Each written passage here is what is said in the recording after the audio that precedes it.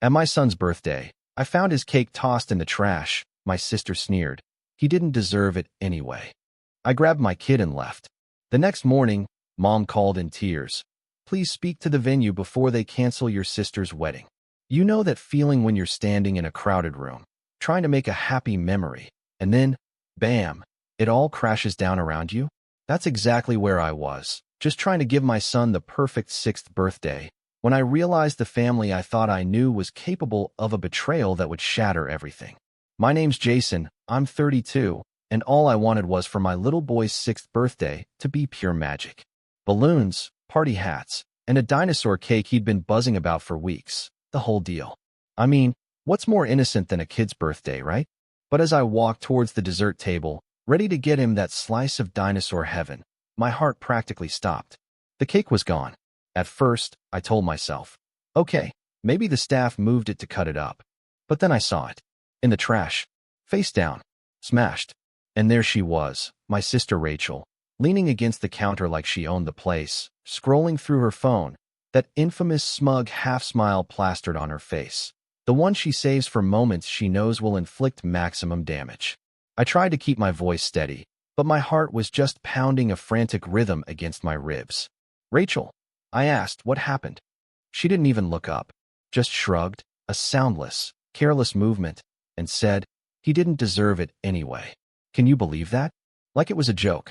Like my son's birthday cake, a symbol of his joy, was some kind of moral lesson she needed to teach. My stomach twisted into a knot of anger and disbelief. My little boy was right there in the corner, laughing with his friends, completely oblivious that his special moment had just been literally trashed. I wanted to scream, to lash out, but all I could do was stare at Rachel, trying to process the absolute venom I'd just heard. I asked her again, slower this time, my voice tight. Did you do this? She finally looked up, rolled her eyes, and airily said, relax, Jason. It's just cake. Just cake? It wasn't just cake, not to me. It was the sparkle in my kid's eyes when he'd been telling everyone about his birthday for the last month. It was the hours I'd spent the night before, meticulously setting up decorations because no one else in the family had offered to lift a finger. It was the constant, subtle jabs Rachel had been taking at me all day. Some people go overboard. Or, it's not that deep, he's just a kid. And now this. Every muscle in my body tensed. I could feel the rage bubbling, but I refused to make a scene with kids running around. So, I did the only thing I could do. I walked over to my son, told him we were leaving, and packed up the few sad party favors that were left. I texted the other parents, mumbled some excuse about him not feeling well, and got us out of there before Rachel could say another word. The drive home was utterly silent. My son, clutching the plastic dinosaur from the cake topper, asked me why everyone had to go home early. I forced a smile and told him we'd have our own little party later, just the two of us, and get a new cake. He smiled back, and that tiny, innocent smile somehow made me feel both relieved and even angrier. Relieved he was okay, but furious that he had to be okay after something like that. That night, long after he was asleep, I sat in my living room, staring at my phone. I waited for anyone in my family, to call and ask what happened. No one did. But the next morning, the phone rang. It was Mom. And here's the kicker.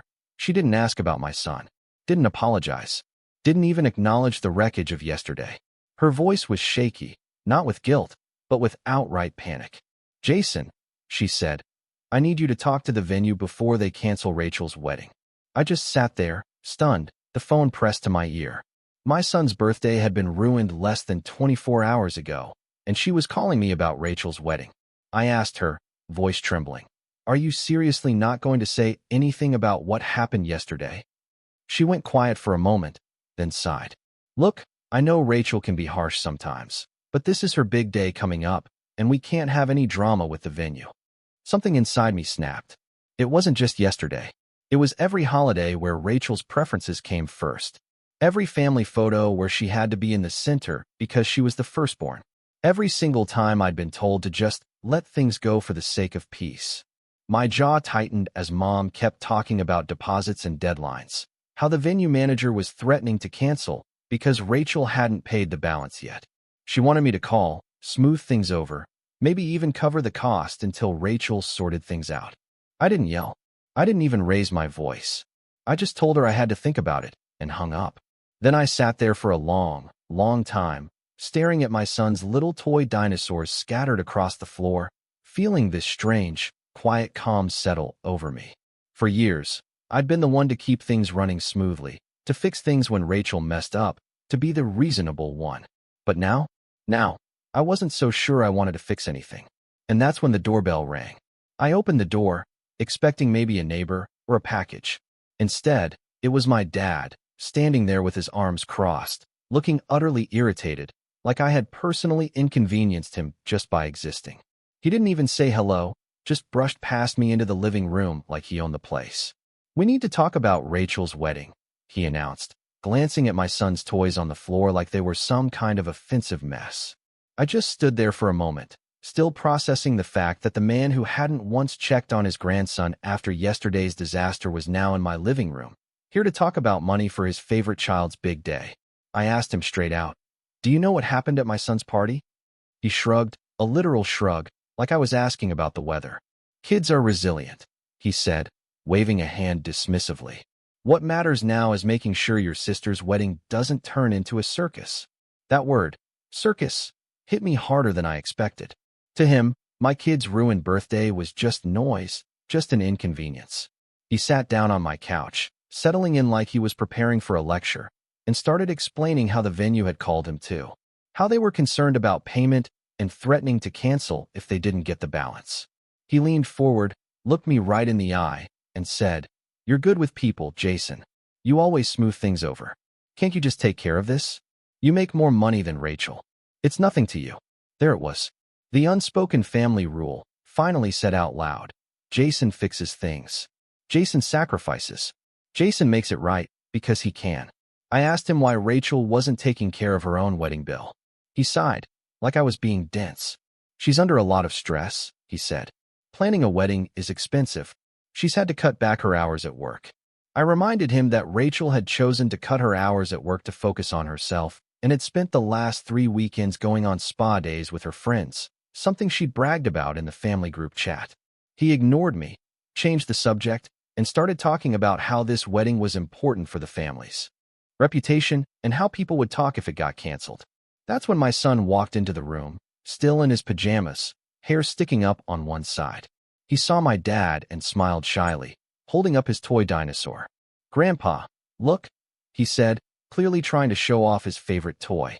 Dad barely glanced at him before going right back to his lecture about Rachel. My son's smile faltered, and he quietly went back to his room. I watched him go, and something in me hardened. I told my dad I wasn't sure I wanted to help with Rachel's wedding. Not after what happened yesterday. His expression changed instantly. Gone was the calm, reasonable father. He frowned and said, "Don't be petty, Jason. This is bigger than a cake. You know how Rachel is. She didn't mean it." I laughed, not because it was funny, but because I couldn't believe what I was hearing. I asked him if he would have said the same thing if someone had ruined Rachel's wedding cake. He didn't answer. Instead, he stood up and said, "I really hope you're not planning to hold the family hostage over this." Then he left, slamming the door behind him. That night, Mom called again. This time, she tried a softer approach.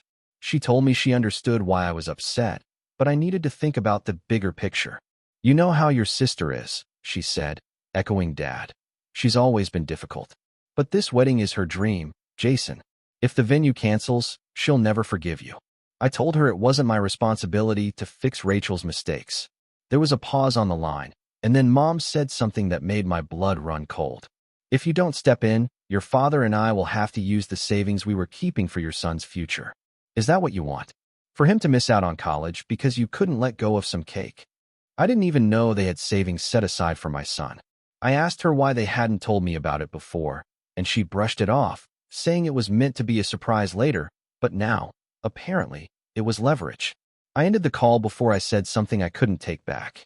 The next few days were a blur of passive-aggressive group chat messages and relatives calling me, all telling me to be the bigger person.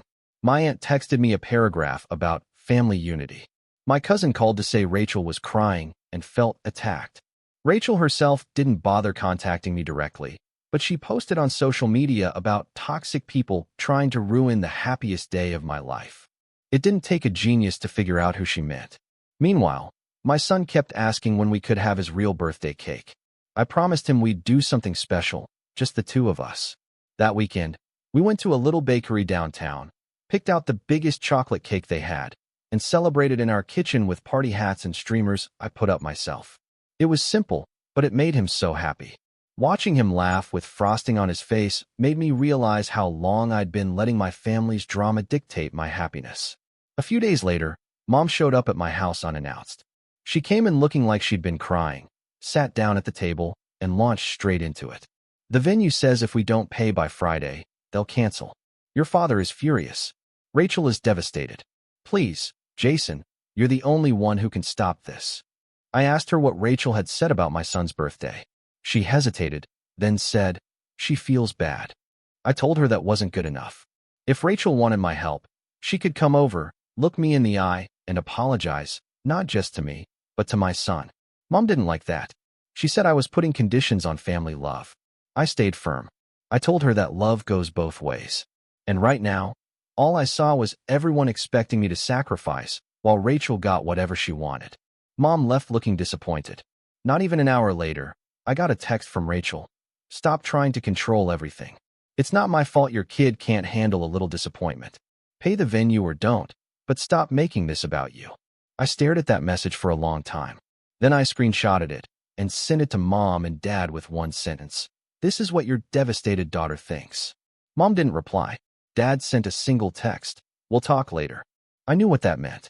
Another confrontation was coming, and I was done backing down. 2 days after Rachel's text, I came home from work to find an envelope taped to my front door. No name, no return address, just my first name scribbled across it in Mom's handwriting. I pulled it off, walked inside, and opened it on the kitchen counter. Inside was a folded letter and a bank statement. The letter was short, almost cold. It said that since I had refused to support the family in their time of need, Mom and Dad had decided to withdraw the savings they'd been keeping for my son and use them to cover Rachel's wedding balance. The bank statement showed the withdrawal, tens of thousands of dollars, money I didn't even know existed until last week. Gone. At the bottom of the letter, Mom had written, "We hope you will still come to the wedding and put this ugliness behind us." I stood there, staring at the paper, my hands shaking.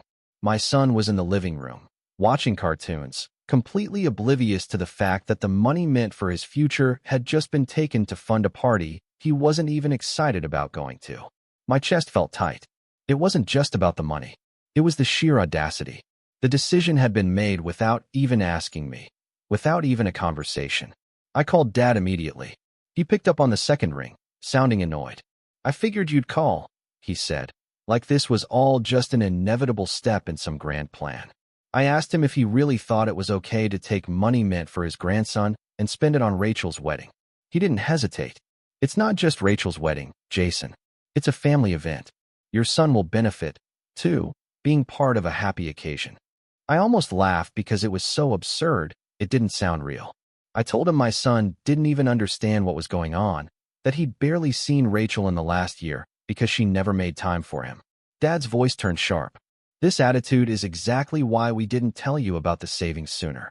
You'd hoard it and make everything about your son when this is supposed to be about all of us." Hoard it. That word burned. This wasn't hoarding. This was planning for the future for the kid they were supposed to love just as much as Rachel. But to them, his future was negotiable, a bargaining chip to keep the peace. When I got off the phone, I didn't even realize how hard I'd been gripping the counter until I saw the faint white marks on my hands. My phone buzzed again a few minutes later. This time it was Rachel. No apology, no acknowledgement, just a photo of her in a wedding dress at a fitting with the caption, "Thanks for finally stepping up. Knew you'd do the right thing eventually." I didn't respond. I couldn't. Instead, I went into my son's room, sat on the edge of his bed, and just watched him play with his Lego set. He looked up at me, smiling, and said, "Dad, when I grow up, I want to make cakes so no one ever throws them away." I felt something in my chest twist so hard I had to look away. That night, I barely slept. Every time I closed my eyes, I saw that letter, that smug text from Rachel, and my son's innocent little face when he said that. It felt like I was back in high school again, being told to give Rachel the front seat, to give Rachel the last slice of pizza, to skip my plans because Rachel needed a ride. Except this time, it wasn't a slice of pizza. It was my kid's future. A few days later, the betrayal deepened in a way I didn't think was possible. I got a call from the school. My son's kindergarten teacher sounded concerned. She said my parents had come by the school earlier that day, saying they were there to pick up their grandson early. Apparently, they told the staff that I had approved it, which I hadn't. Luckily, the school called me first to confirm, but the fact that they had tried to take my kid without telling me left me cold. I called Mom immediately. She sounded cheerful, like nothing was wrong. "We just wanted to take him shopping for a little suit for the wedding," she said. "You weren't answering your phone, so we figured we'd surprise you."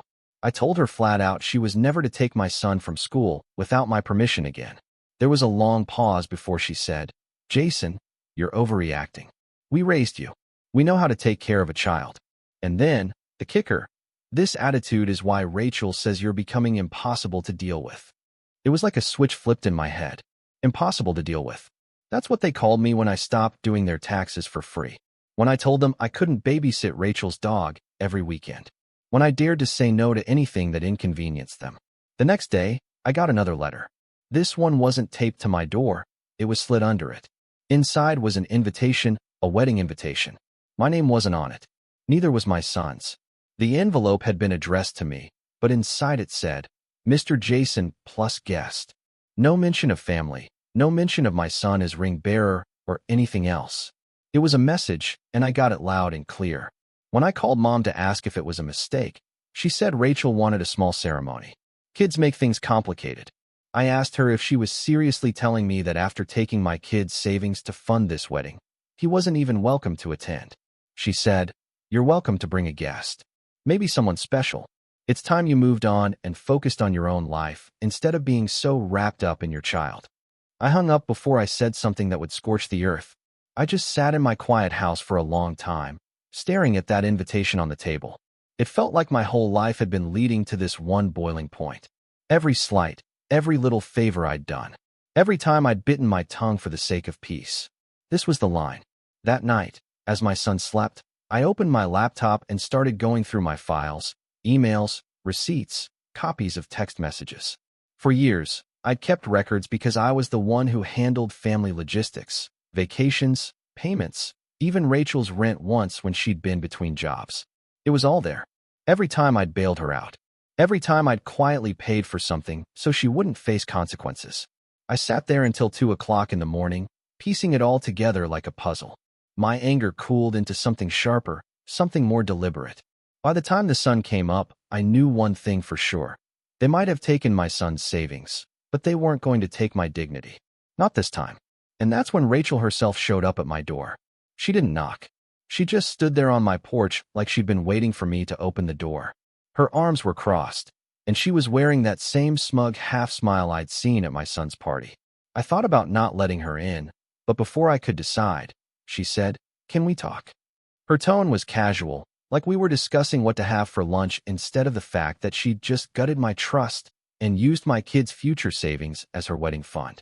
I stepped aside without saying a word, and she walked in, glancing around my house like she was checking for dust. She sat down at the kitchen table without being asked, leaned back in the chair, and started scrolling her phone like she wasn't in the middle of detonating what was left of our relationship. "So," she said, "I hear you're mad." Mad. That word sounded so small compared to what I was feeling. I sat across from her and asked if she had any idea what she'd done to me, to my son. She looked at me like I was being dramatic and said, "Jason, you're acting like they stole from you. Mom and Dad were just reallocating family resources. And honestly, get this, you should be glad it's going to something meaningful. You can always make more money for your kids' college, but my wedding only happens once." I stared at her, wondering if she really believed what she was saying or if she just enjoyed twisting the knife. She kept talking, explaining how stressful wedding planning had been, how expensive everything was, how she had to cut work hours because she needed to be present for fittings and tastings. The more she talked, the more I realized she didn't see me as her brother. She saw me as a resource, a tool to be used to smooth out the bumps in her life. When I didn't say anything, she put her phone down and said, "Look, I get that you're hurt, but this isn't just about you. The family needs you to step up. You've always been the responsible one. It's who you are." And let's be honest, Jason, it's not like you had big plans for that money anyway. That last sentence hit me like a physical punch. I stood up and told her to leave. She acted surprised, like I was overreacting, but when she saw I wasn't joking, she rolled her eyes and muttered, "Fine, just don't ruin the wedding with your mood." Then she walked out, slamming the door so hard the frame rattled. After she left, I sat at the table for what felt like hours, staring at the empty chair she'd just been sitting in. It was quiet, too quiet. And that's when it really hit me. I wasn't just angry anymore. I was empty, tired, done. That night, I didn't eat dinner. I didn't sleep. I just sat on the couch while my son slept in his room, staring at nothing. The next day at work, my boss asked if I was okay because I guess I looked as bad as I felt. I lied and said I was fine. Then came the family group chat.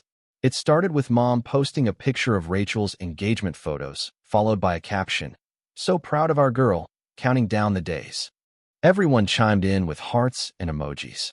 No one mentioned me. No one asked if I was coming to the wedding. No one even said my name. It was like I'd been erased from the family overnight. I quietly left the chat. No announcement, no message, just gone. A few hours later, I got a private text from Mom. "Why would you do that? You're making this harder than it has to be." I didn't reply. Over the next week, the silence from my side must have made them nervous because the phone calls started ramping up. First, Mom, then Dad, then my aunt, then even my grandmother. Each one delivering their own version of the same lecture. Family is everything. Rachel is sensitive. You need to be the bigger person, and so on.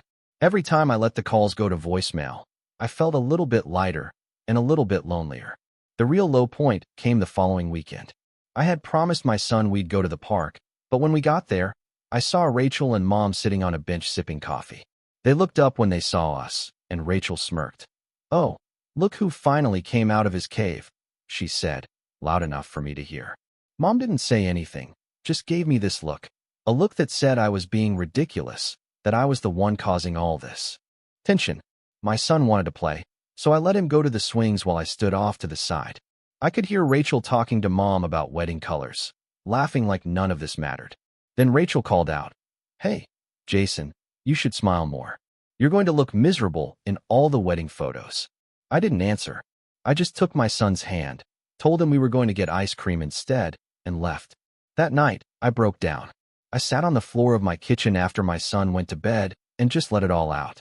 Years of being second to Rachel, years of swallowing insults, years of being the family fixer. I cried until I didn't have anything left. And then I just sat there in the dark, staring at the fridge. But somewhere in that quiet, something started to shift. The anger that had been boiling finally cooled, and what was left was clarity. They had taken everything they could from me: money, time, emotional energy, and they still wanted more. They wanted me to show up to that wedding, smile, pretend everything was fine, and let Rachel walk all over me again. I wasn't going to give them that. The next morning, I started taking small steps. I called the bank to open a new account just for me and my son, separate from anything my parents could access. I spoke to my HR department about setting up an education fund through work so no one could touch his future again. I went through every shared bill and subscription I had with my parents, phone plans, streaming accounts, even the joint Costco membership, and one by one, I removed myself. Each step felt like reclaiming a piece of my life. Mom noticed, of course. She called me that evening, furious. "Are you trying to punish us?" she demanded. I stayed calm and told her I was just taking care of my own responsibilities. She accused me of abandoning the family. I didn't argue. I just said, maybe that's what needs to happen. After that, the calls stopped. The silence this time felt different, heavier, but also freeing. One night, I sat down with my son and told him we might not be going to Aunt Rachel's wedding. He thought about it for a moment and said, "That's okay. Can we have cake that day instead?" I smiled for the first time in what felt like weeks and said, "Yeah, buddy, we can have as much cake as you want." And that's when I got the email, an official one from the venue itself. It wasn't addressed to me, but I was CC'd, probably by accident. It was a notice of possible cancellation due to a payment dispute and unprofessional communication from the client. I read it twice, my heart thudding in my chest. Rachel's perfect wedding was about to fall apart. And for the first time since this whole thing started, I felt a flicker of control again. Not revenge, not yet, just control. I closed the laptop slowly, already feeling the beginning of a plan taking shape in the back of my mind. Because if my family thought they'd seen me at my worst, they hadn't seen anything yet. Something changed in me after that email. For weeks, I had been moving through life like a ghost, weighed down by every insult, every passive-aggressive comment, every time they had made me feel like the problem. But now, I had proof that the perfect image they were clinging to, the dream wedding, the family unity they kept throwing in my face, was already crumbling on its own. And for once, I didn't feel powerless. The next morning, I woke up earlier than usual, made pancakes with my son, and actually enjoyed breakfast. Not rushed, not distracted, but present. I think he could tell something was different because he kept grinning at me and saying, "You're not sad today." I wasn't. When I got to work, I threw myself into my projects in a way I hadn't in months. My boss noticed and asked if something good had happened. I just smiled and said I was making space for better things. By the end of the week, I closed a big deal that earned me a bonus. It wasn't life-changing money, but it felt symbolic, like life was giving me back some of what had been taken.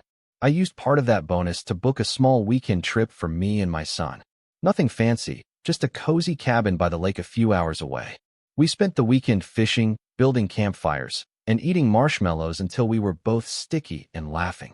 For the first time in months, I didn't think about Rachel, the wedding, or the family drama. It was just me and my boy, and it felt right. When I got back, my phone was full of missed calls and messages. Mom had sent a long text about how the family was hurting without me, and how I was breaking Rachel's heart.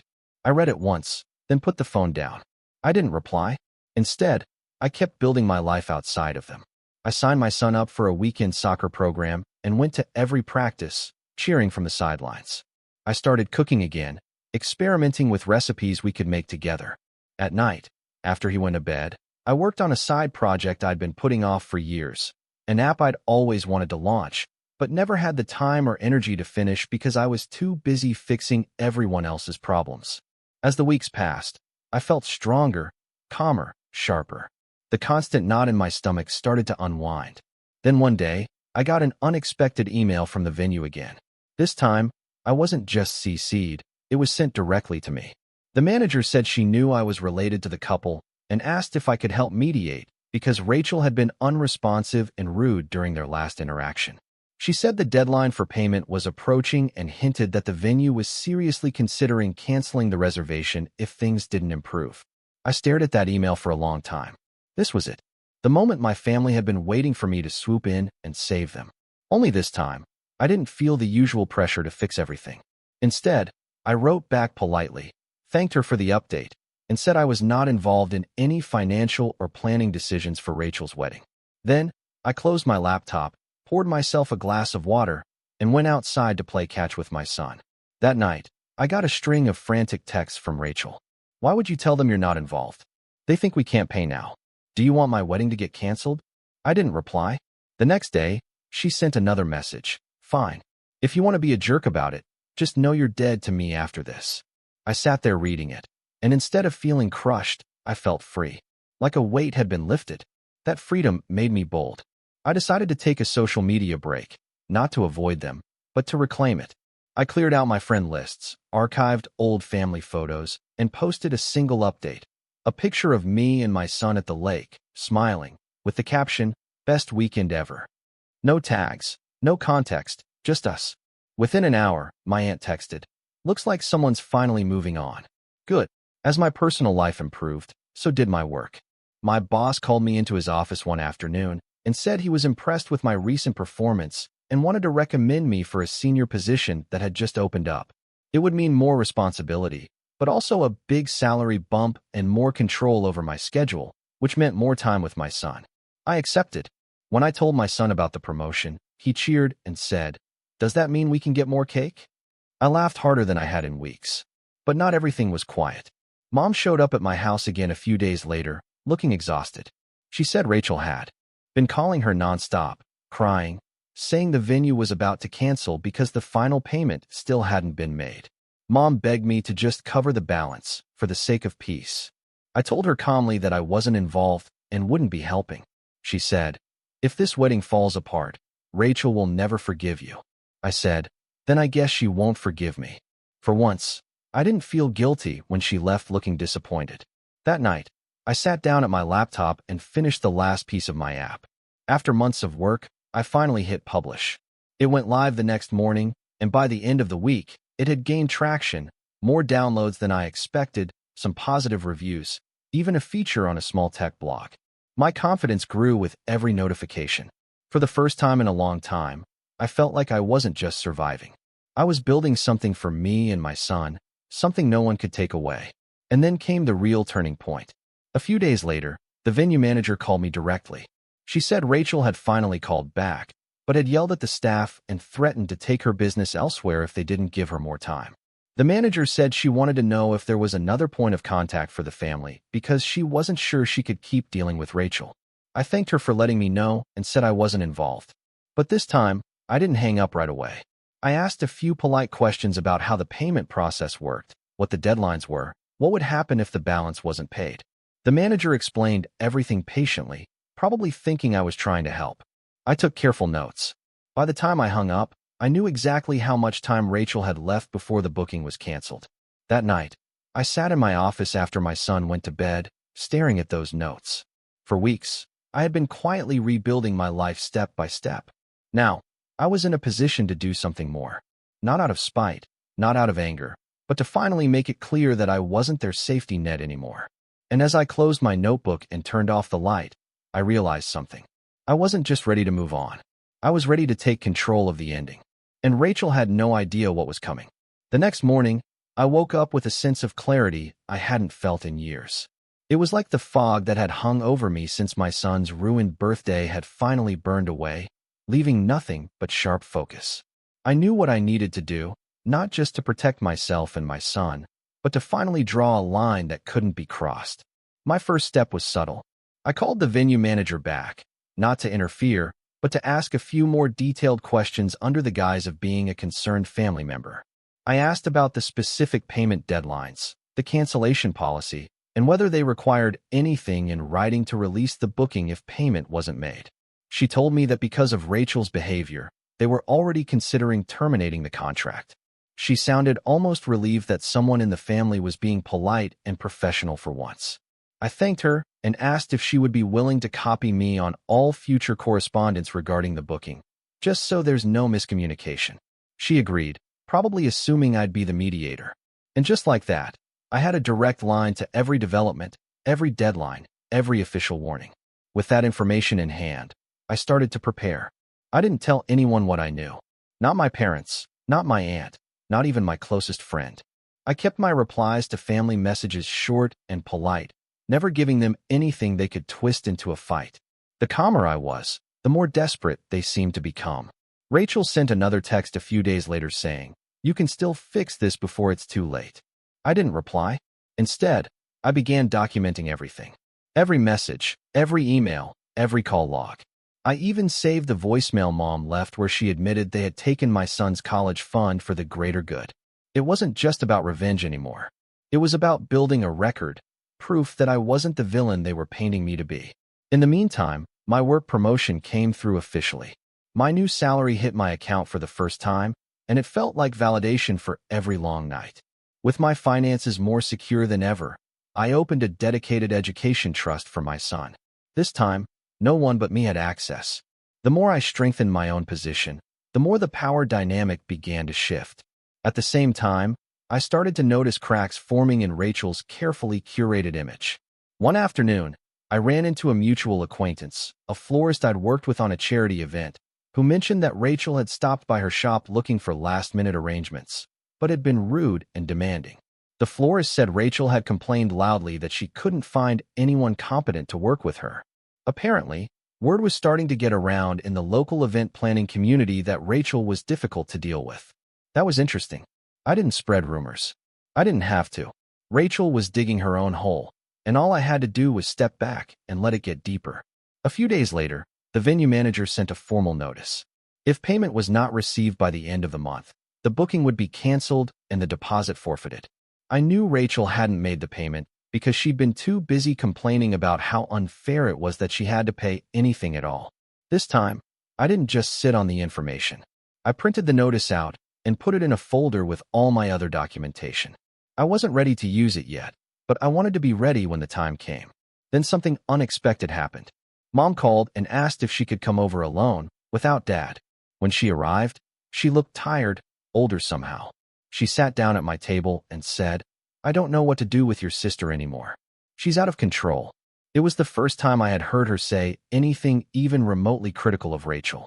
She admitted that Rachel had maxed out 2 credit cards paying for things she didn't actually need for the wedding and had started asking Mom and Dad for more money they didn't have. Mom looked at me with watery eyes and said, "I think we made a mistake taking your son's savings. We just wanted to make things easier for her, but it's never enough." For a moment, I almost felt sorry for her. Almost. But then I remembered the letter, the threats, the way she had tried to guilt me into paying for Rachel's mess. So, I told her calmly that she had a chance to make things right. She could start by talking to Rachel and making her apologize, not just to me, but to my son, and she could replace the money they had taken, even if it took time. Mom nodded slowly, but I could tell she wasn't ready to take that step yet.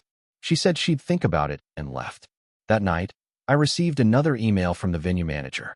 This time, Rachel had missed a scheduled call entirely. The manager was clearly fed up and said this was her final courtesy notice before cancellation. It was like watching a storm roll in from a distance, knowing exactly when and where it was going to hit. I decided it was time to make my own move. Quietly, carefully, I wrote a short, professional email to the venue, thanking them for keeping me informed and letting them know that if the booking was canceled, I would be happy to discuss alternative arrangements for a future event.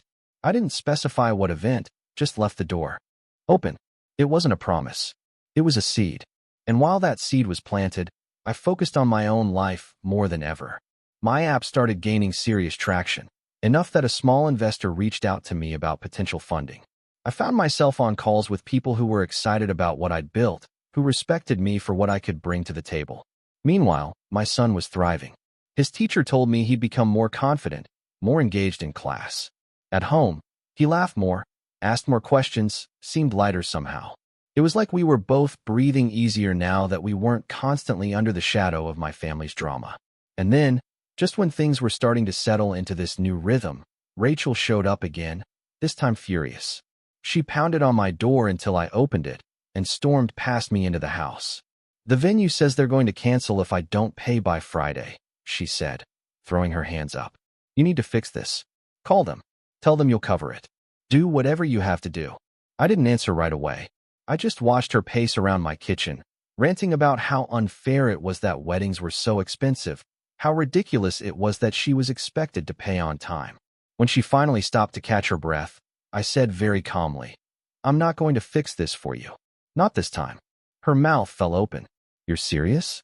"Yes." She glared at me for a long time, then said something that confirmed what I already knew. "If this wedding gets canceled, it's on you." She stormed out before I could reply, leaving the door open behind her. I closed it slowly, locked it, and stood there in the quiet. This was it. The moment I had been waiting for. The moment when they all made it clear that they weren't going to stop pushing until I pushed back. And for the first time in my life, I was ready, really ready, to push back in a way they would never forget. Because now I had the information, the leverage, and the calm, deliberate patience to use it. And when the deadline came, I wouldn't just be a spectator. I would be the one holding the final card. Friday morning came with a strange kind of stillness. I woke up before my alarm, made coffee, and stood by the kitchen window as the sun came up. I could feel it, this quiet, steady anticipation humming under my skin. Today was the deadline, the day everything came due, literally and figuratively. I sat down at my desk and opened my email. Right on schedule, there it was, the final notice from the venue stating that if payment was not received by 5 p.m., the booking would be canceled and the deposit forfeited. They had CC'd me as I had requested, which meant I had it in writing. I didn't reply right away. I let the clock tick for a few hours while I focused on work, taking calls, and answering messages. All the while feeling this calm, methodical energy building inside me. Around noon, my phone started lighting up with texts from Mom. "Jason, please just talk to your sister. The venue says, this is the last chance. Don't let her big day be ruined." Then from Dad, "Step up. Be a man. Handle this." And finally, Rachel herself. You have until 5. If you don't pay, don't bother coming to the wedding or talking to me ever again. I almost laughed at that one. The threat wasn't really a threat. It was a promise. At 4:45 p.m., I opened my laptop and drafted one simple, professional email to the venue manager. Thank you for keeping me informed. I understand today is the final deadline for payment on the booking under Rachel. If payment is not received and the contract is terminated, please let me know as soon as possible. I would like to discuss reserving the venue for a future private event on a different date. I sent it, closed my laptop, and went outside to play soccer with my son until the sun dipped below the horizon. When we came back inside, there was a new email waiting for me. Dear Jason, as of 5 p.m. today, no payment has been received from Rachel. The booking has been canceled in accordance with the contract terms, and the deposit has been forfeited. Please let us know if you would like to discuss a reservation for a future date. Best regards, venue manager. I felt this wave of quiet satisfaction wash over me. Not gloating, not petty, just final. That night, I posted a picture on social media of me and my son eating ice cream on the couch with a caption that simply said, "Good day." Within an hour, my phone buzzed with a call from Mom. I let it go to voicemail, then another from Dad, ignored. Then a barrage of texts from Rachel, each one angrier than the last. Are you happy now? You ruined my wedding. You're disgusting. You'll regret this. I didn't respond to any of them. Instead, I called the venue the next morning. I spoke to the manager directly and arranged to reserve the same date, but not for a wedding, for a private celebration dinner. I didn't give details, just locked it in and paid the deposit myself. Then I sent one single message to the family group chat. Since the venue was already booked for that day, I figured I'd use it. You're welcome to come if you can be civil. The chat went silent for almost an hour. Then my aunt replied with a single shocked emoji. Mom finally called. This time I answered. She started crying immediately, saying Rachel was inconsolable, that this would destroy her reputation. I stayed calm and told her that this was never about destroying anything. It was about finally showing them that I wasn't their safety net anymore. I reminded her of what she had said about taking my son's college fund for the greater good, and asked if she still thought that was fair now that it had come to this. She didn't answer. Instead, she said, Jason, you can't really go through with hosting your own event that day. It'll humiliate her. I told her that Rachel's humiliation wasn't my responsibility, just like her wedding wasn't mine to save. And then I hung up. Over the next few days, I finalized my plans. Nothing flashy, just a simple dinner for me, my son, and a few close friends who had been my real support system through this mess. People who actually showed up for us. I arranged for a custom cake to be made, a dinosaur cake, just like the one that had been thrown away at my son's party. When the day finally came, it felt almost surreal. I got texts from a few relatives saying they wouldn't be attending because it wouldn't be appropriate after what happened to Rachel. Fine. The people who mattered were there. We arrived at the venue early, and as soon as my son saw the cake, his eyes lit up. You got it back, he shouted. Better than before, I said, handing him the first slice. We spent the evening laughing, eating, and enjoying ourselves in a way I didn't think was possible just a few months ago. And as I watched my son blow out the candles on the cake, months late, but no less special, I realized that this was what I had been fighting for all along. Not revenge for revenge's sake, but peace. Halfway through the dinner, I got a notification on my phone. Rachel had posted on social media about the most painful day of her life, saying how she had been betrayed by her own brother. The comments were full of sympathy, but also questions about why she hadn't paid her own venue bill. I didn't reply. I didn't explain, because for the first time in a long time, I didn't need to. The people who mattered were right there in the room with me, smiling and eating cake. And Rachel's perfect day, that had been built on taking from us, now it was gone. I wasn't angry anymore, but I wasn't done either, because there was still one last thing I needed to do before I could finally close this chapter for good. The days after my little celebration were oddly quiet, like the air right after a storm.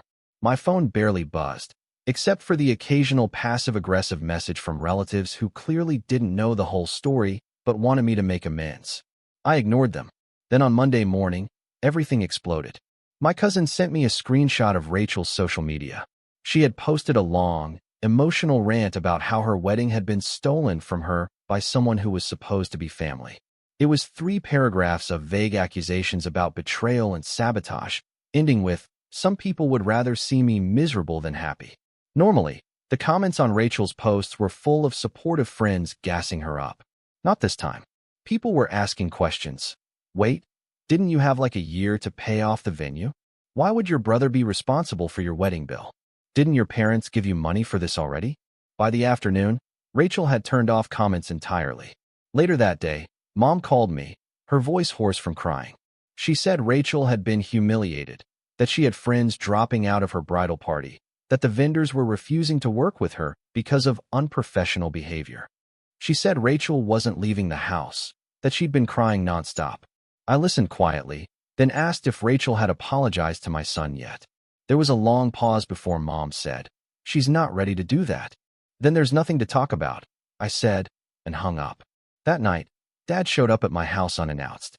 He stood on my porch with his jaw tight, holding something in his hand, a check. He said it was the full amount they had taken from my son's savings. "Consider it paid back," he said gruffly. I asked if Rachel knew they were doing this. He said no, that she still thought she deserved that money. I took the check, but I didn't invite him in.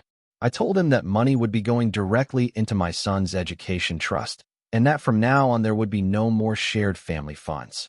Dad didn't argue for once. He just nodded and left. The next morning, I got an email from the venue manager. She thanked me again for being such a pleasure to work with and said if I ever wanted to book another event, they'd be happy to offer me a discount for being a respectful client. I laughed when I read it, not out of spite, but because it felt like the universe was putting a stamp on the whole ordeal, a quiet acknowledgement that I had chosen the high road, even if my family couldn't see it. Weeks passed. My app kept growing, my son kept thriving, and my house felt calmer than ever. Rachel, on the other hand, went radio silent. I heard through the grapevine that she had tried to rebook another venue for a much smaller ceremony, but several vendors had blacklisted her after the way she treated them. Apparently, she ended up getting married at the courthouse with just Mom and Dad present. No invitations were sent to me, and honestly, I was fine with that. One Saturday afternoon, a few months later, I was at the park with my son when I saw Mom walking toward us. She looked tired, but softer somehow. She said Rachel had finally moved on, but that she still refused to talk to me. Then she did something I didn't expect. She crouched down to my son's level, looked him in the eye, and said, "I'm sorry your birthday was ruined. That should never have happened." My son blinked at her for a moment, then said, "It's okay. Dad got me a better cake." Mom's eyes filled with tears. She stood up, looked at me, and said, "I hope one day you and your sister can work this out." I told her calmly but firmly, "Maybe, but not if it means going back to the way things were." She nodded. For the first time, I think she understood that I wasn't bluffing, that I had built a life outside of their chaos, and wasn't going to give that up. As she walked away, my son tugged on my sleeve and said, "Dad, can we go get another cake today?" "Just because." I smiled, picked him up, and said, "Yeah, buddy, let's make it a tradition." And as we walked back to the car, I realized that for the first time in my life, I wasn't dreading the next family gathering, the next phone call, the next demand. Because I finally understood something that had taken me 32 years to learn. Peace doesn't come from keeping everyone else happy. It comes from choosing yourself, even when it makes everyone else uncomfortable. And I was done being uncomfortable. That night, I locked the check away in the safe, tucked my son into bed, and sat quietly in the living room with the lights off, feeling lighter than I had in years. Rachel might never forgive me. Mom might never fully get over it. The family might still whisper behind my back at holidays. But my son would grow up knowing that his father never let anyone throw away what mattered to him. Not his cake, not his future, not his dignity. And that, more than anything, felt like victory. If you enjoyed this story, don't forget to hit that like button, subscribe for more crazy Reddit tales, and ring the bell so you never miss the next one. And hey, share your thoughts in the comments. I'd love to know what you would have done in this situation.